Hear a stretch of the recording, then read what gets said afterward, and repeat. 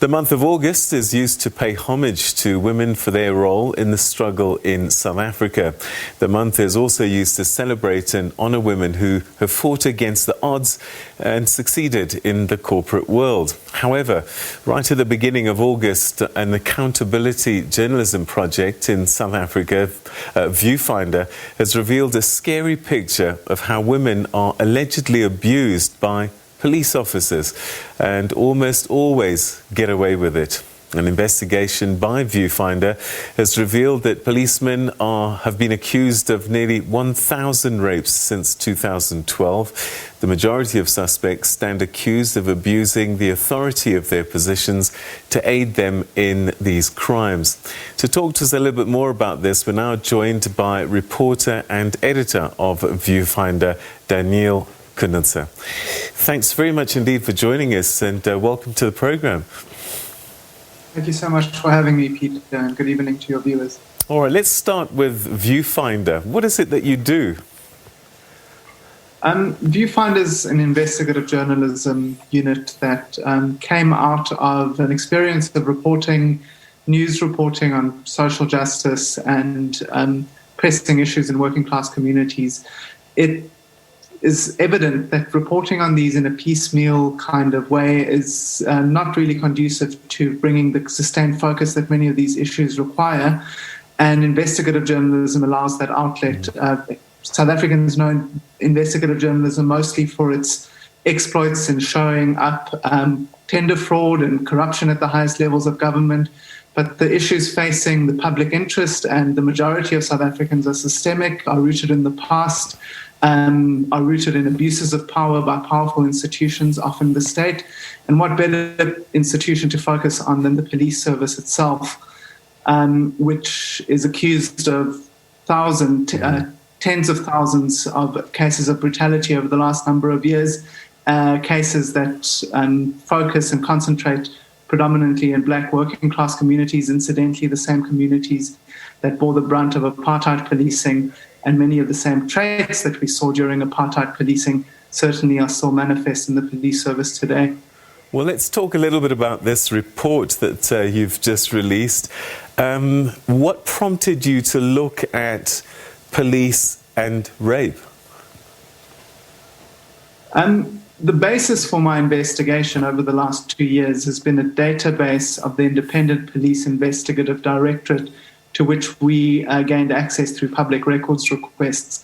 That database contains around 50,000 criminal allegations against the police, overwhelmingly related to the misuse of force. There's around 5,000 killings and deaths in custody contained therein, but also tens of thousands of assault allegations.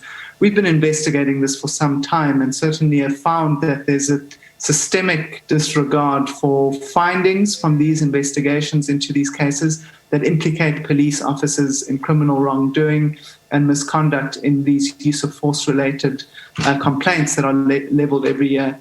A thread that runs through many or the majority of these complaints is certainly an abuse of authority and power that the state and society has endowed on police officers. Power that is supposed to be used for the public good, but certainly when it is misplaced and abused can lead to very, very disconcerting human rights abuses and instances of brutality.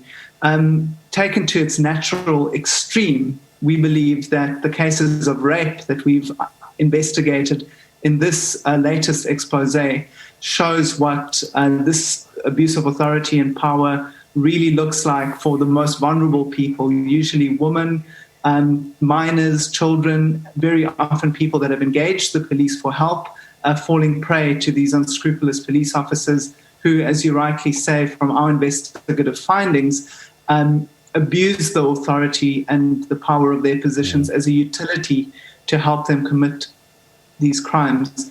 We sampled 220 of the around 1,000 cases that you mentioned. We looked at the complaints descriptions, we categorized them, and certainly we found this trend to be prevalent in the sample that we looked at, all of which were incidentally against on-duty police officers, these 220 cases, officers who were accused of committing these crimes while they were in service, actively employed in uniform within the police service. Tell us a little bit about a typical kind of modus operandi that these police officers use. The fact that they're in uniform, they do it quite openly, it seems. Well, certainly these things happen in a shadowy world. Many of these crimes are committed according to victim or at least complainants' allegations, are committed in the early hours of the morning in police cells.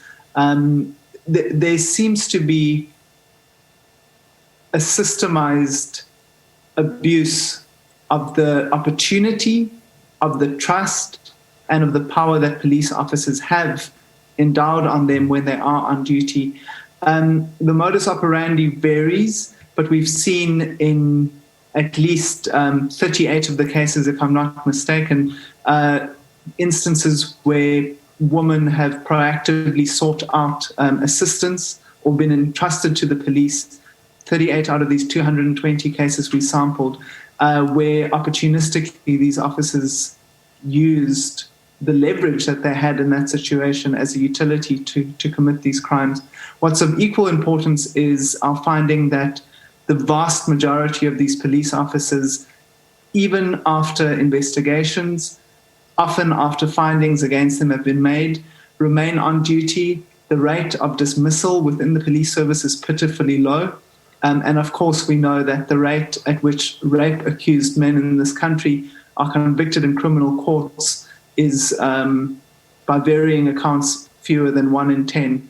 And if we take that against the backdrop of massive underreporting, which I think there's little doubt there is when it comes to gender-based violence and rape, that's a staggering statistic and one that we see duplicated in the police service and culprits accused of these crimes. Why do you think that the police are able to get away with these crimes? Ipid is there to investigate and make sure that police officers behave. Where is the system letting down the victims? This question really goes to the heart of our investigation. It's not so much whether and what types. That can tell us a lot, the trends in the abuses and the brutality that we see in the data.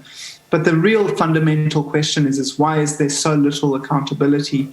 And that is what the bulk of my time and of this investigation has been dedicated to.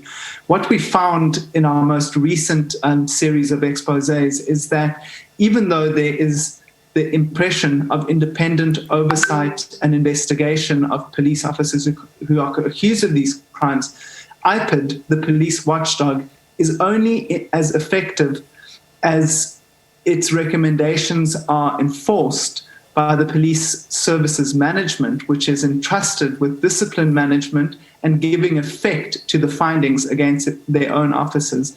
And what our investigation has found is that systematically there is a reluctance within the police service to take these findings by the independent watchdog forward. A very small class of senior police officers entrusted with discipline management have a manifest conflict of interest in prosecuting cases against their own colleagues. And very often we believe we've seen, and in the experience of watchdog investigators who've seen their cases go nowhere as well, that there's a systematic attempt, and it's indeed a successful attempt, at scuppering these investigations at the disciplinary phase, or these findings at least, and ensuring that cases and recommendations against police officers are whitewashed, resulting either in acquittals, in cases being withdrawn, in cases not being taken forward, or if there is a conviction, in pitifully low sanctions, which really pays lip service to the impression that there is accountability, when in actual fact, very serious crimes are sanctioned with slaps on the wrists, such as written warnings, which fall off officers' records within a number of months, small fines, suspended sentences, and in effect, problem officers are sent the message and recycled back into the communities where they are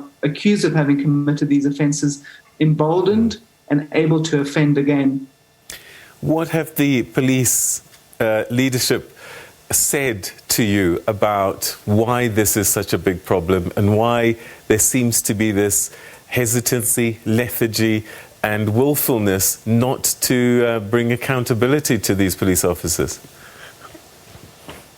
Well, as an anchor at the SABC and a colleague that works with journalists very regularly, I'm sure you would understand that the police service has a disregard and a stonewalling attitude towards criticism, or at least in critically engaging investigative findings.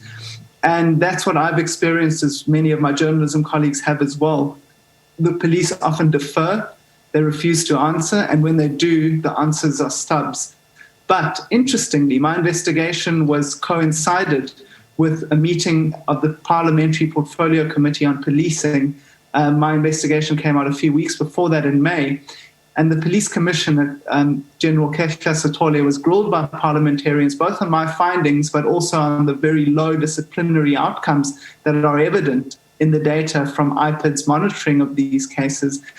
And pressed again after a number of hours, the general had to concede that there were systemic, deeply rooted flaws within how discipline management functions in the police, that there's a complete incompatibility with the findings of the watchdog, that these are superseded essentially by police discipline officers and systems, and that an overhaul of the system needs to be had, because without a properly functioning police discipline system, there is really no prospect for proper accountability and professionalism within the police service.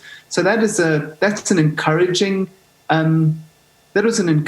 admission from the police commissioner, the top police, the top of the pyramid of police management in this country, but certainly one that needs to translate into action. And our queries consistently after that fact of that admission and commitment by the commissioner have fallen on deaf ears, both at the level of the minister who oversees the discipline regulations and is able to change and amend them, and at the level of police management itself, which gives force to them.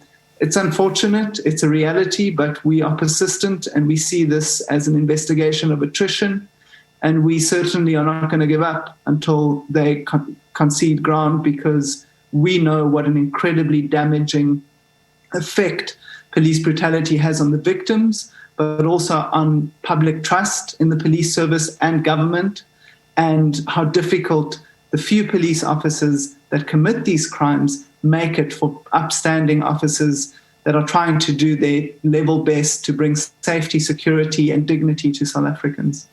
Daneel Knoetze, we're going to have to leave it there, but thank you very, very much indeed for this important work that you're doing, and we hope that it will have some effect with the people in power to be able to do some change. But thank you so much and keep up the good work.